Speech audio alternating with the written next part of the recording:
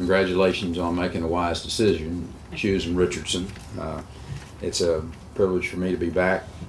Bill and I have been working on projects for quite a number of years now, and dedicating this facility that holds promise of new growth in what we have always referred to as the telecom corridor. And you know, over the last few decades,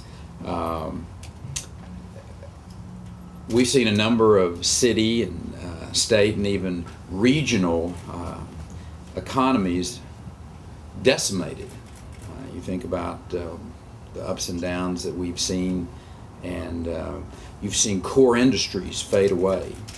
We've seen them move overseas. We've seen them be shouldered aside with new technologies, for instance. And the ability to rebuild and to reinvent, to repurpose, if you will, entire industries is very key to economic development and the survival of economies in a world that is increasingly competitive.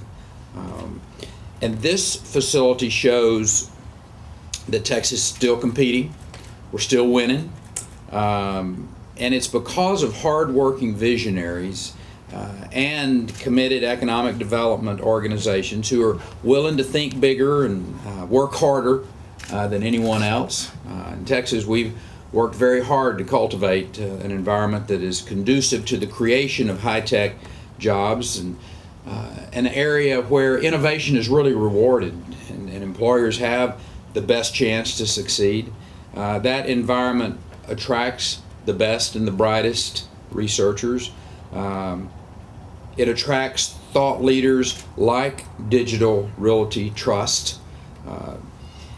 That favorable climate that we have created in this state is basically built on three things: a comparatively strong state economy, a tradition of high-tech excellence, and a workforce that is ready for the challenging jobs of the 21st century. When it comes to economic strength, I wouldn't trade places with any governor in any other state.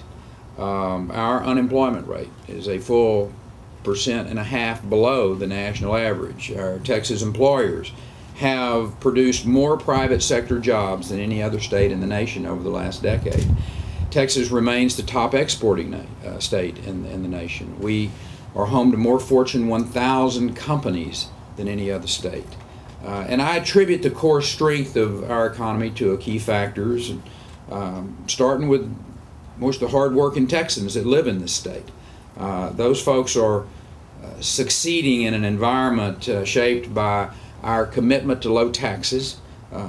Just last month, the Small Business and Entrepreneurial Council ranked Texas first among the big states and second overall in the lowest tax burden on small businesses. That's from their study on all taxes, from capital gains to unemployment to the gasoline tax.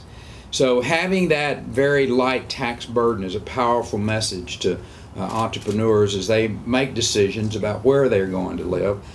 We have a very predictable regulatory climate. So employers know what the risk is going to be when they risk their capital from a regulatory standpoint. We've also reformed our legal system to cut down on the oversuing that we saw rampant in the 80s and the 90s. And this approach allows employers to spend less time in court fighting frivolous lawsuits and more time courting jobs and creating jobs. These core values support an economic policy that is faring much better than the rest of the nation, and I think proving our wisdom in our approach, including our strategic investments. Mayor, you mentioned the Emerging Technology Fund and the Texas Enterprise Fund. For instance, our Emerging Technology Fund has provided over $135 million to those bright minds who are innovating in our laboratories today and taking those discoveries from the laboratory to the marketplace, making sure that great ideas that are born in Texas remain in Texas, We've invested more than $153 million in research projects at our universities, and those are investments that have helped recruit and draw some of the top researchers in the world to Texas over the last 4 or 5 years. In turn, their presence attracts more bright minds. You get one name researcher, and he or she may bring 35 to 50 additional researchers with them to be in the presence of those great and extraordinary innovators. And it all adds up. It all adds up very quickly to a very attractive package for high-tech companies deciding where to locate their headquarters and start hiring. And to keep strengthening our workforce, we're going to continue our efforts to prepare Texas students to fill those jobs. And last session we passed some very, I think, visionary and far-reaching legislation that placed some real basics on those core subjects of science and technology and engineering and math.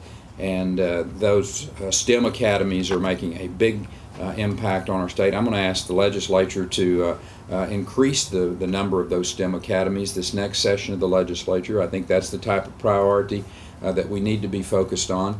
Our schools are grooming the next generation of innovators, and they're the ones who must be prepared for the marketplace. And as that marketplace continues to change, and you know, just as Digital Realty Trust and other visionaries are helping adapt new technologies and new vision for the telecom corridor, we're going to have to be very nimble in our ability to deal with the rapidly growing data needs of today and tomorrow. So everyone that's involved in this project, I know you've all been mentioned by name, but I want to just collectively say thank you. Thank you for your vision. Thank you for your desire to risk, because you know in the great state of Texas that that is our tradition, and getting a good return on that investment is what we are all about today. And so with that, let me just say thank you. You couldn't find a better place to be engaged and involved, and I think you will find that as well. And just let me finish up by saying God bless all of you, and through you, may God continue to bless the great state of Texas. Thank you.